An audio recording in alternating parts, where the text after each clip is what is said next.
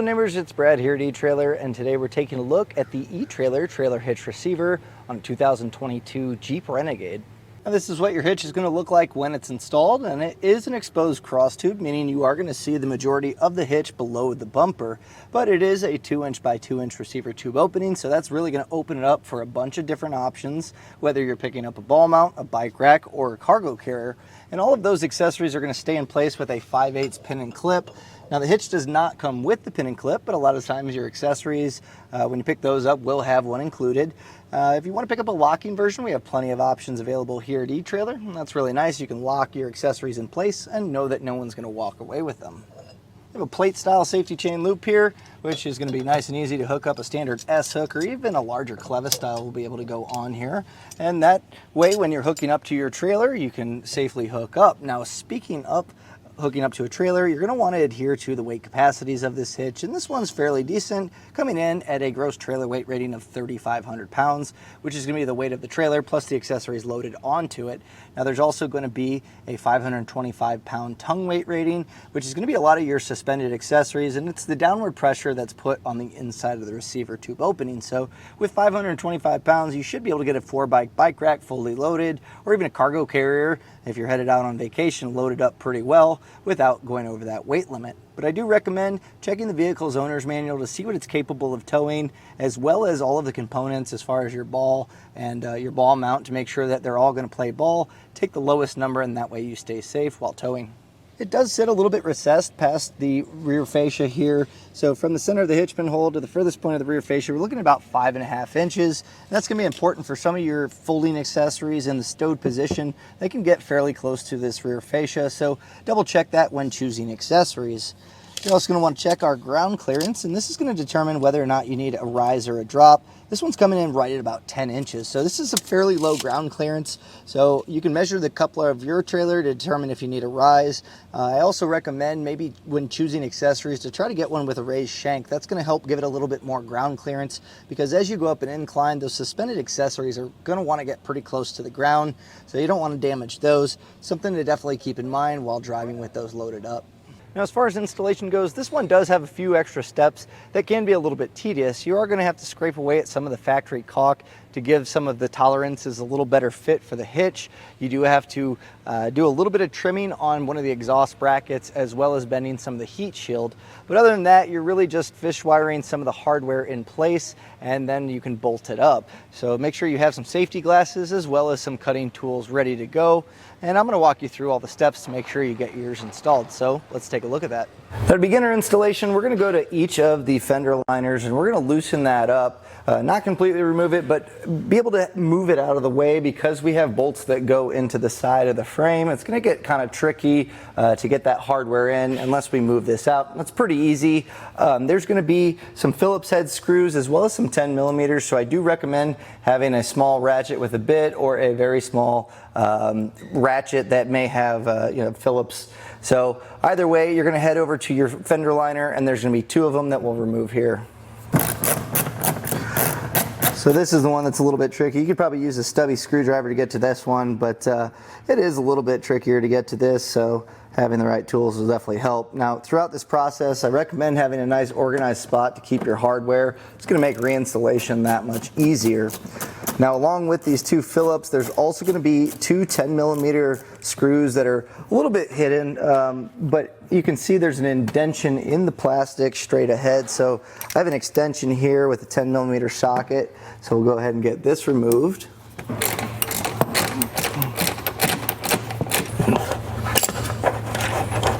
Now on the bottom side, there is one more Phillips screw. We'll go ahead and get this removed. And at that point, we should be able to get our fender liner kind of pulled out. And again, we're not removing it. We're mostly just making it to where we can kind of push it out of the way to get our hardware in. So it's kind of clipped into the rear bumper plastic there. So we'll just pry that out real quick.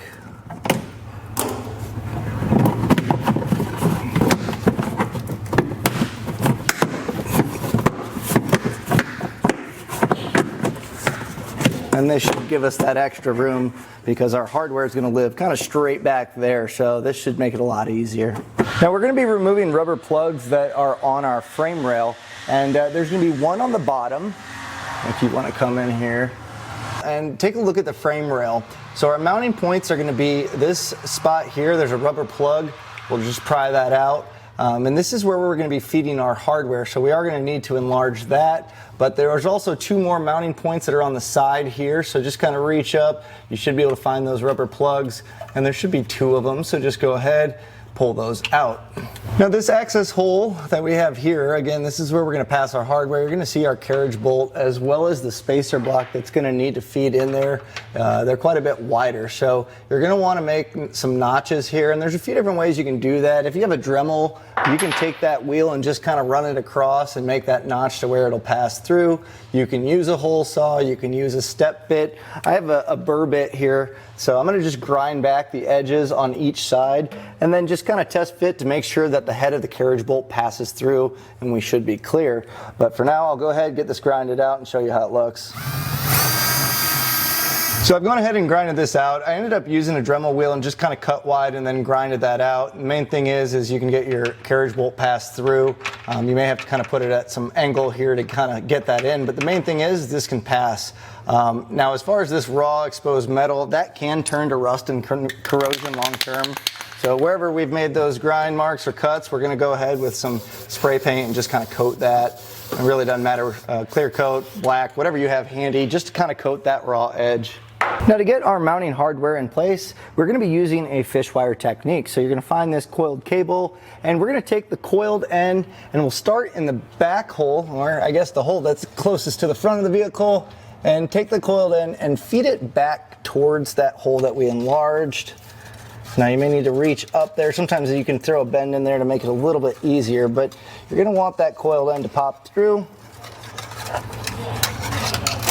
And I'm going to take this tail end and just put a little bend to kind of prevent that from pulling back in the hole, but also it'll help when we put the hitch in place. So now at this point, grab your spacer block, and you can take this and just feed this into the frame.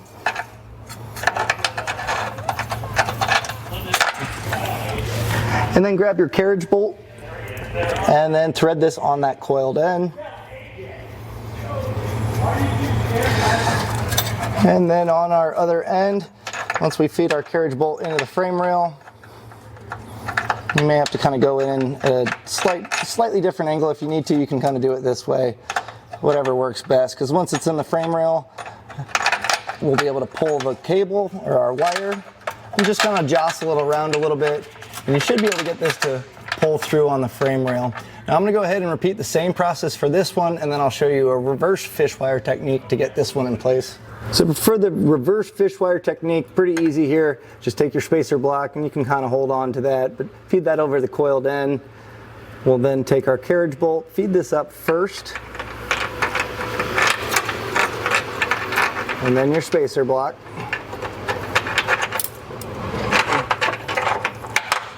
And then you just pull this through. Now that spacer block might hit on the back side here of the frame, so if you need to, you can put a screwdriver in there, just kind of push it back up to where it rotates. We should be able to get our carriage bolt to pass in. Just like that. So now we'll just go ahead and repeat on the other side, getting all of our hardware in place. The extra set of hands, we're going to go ahead and get our hitch in place, and we want to take our fish wires and run them through the corresponding holes, feed these through, and pull on the wires as we raise the hitch up. Now on this passenger side, you kind of have to route it above the exhaust pipe here, but we should be able to get this to kind of slide up. And once we kind of have it in place, just get those side holes aligned, and you're going to want to pull on your fish wire until you get that bolt to pop through there. And that's going to at least hold our hitch up in place for us, making it a lot easier to get the rest of our hardware in. Grab our serrated flange nuts, and we can pull off our fish wire and get these started. But you want to make sure it doesn't pop back in the frame rail. So you can use a flathead screwdriver, or if you have enough leverage, you can use your finger to kind of hold this in place. And sometimes the hitch, the weight of it will actually kind of hold that hardware there. But just get a few threads started on each of these.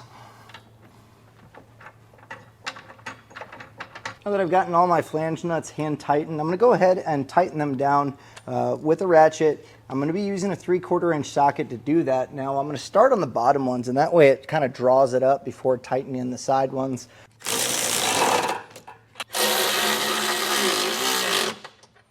With our torque wrench, we're going to go back to all of our hardware, and the torque settings are going to be found in the instruction manual.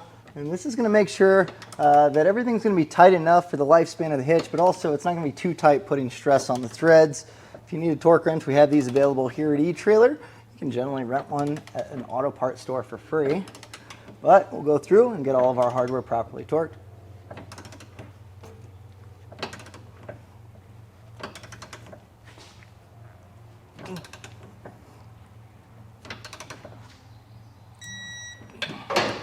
Now with all of our hardware tightened and torqued, our hitch is officially installed. All that's left to do is get our plastic wheel well liners put back in place, load up our accessories, and hit the road.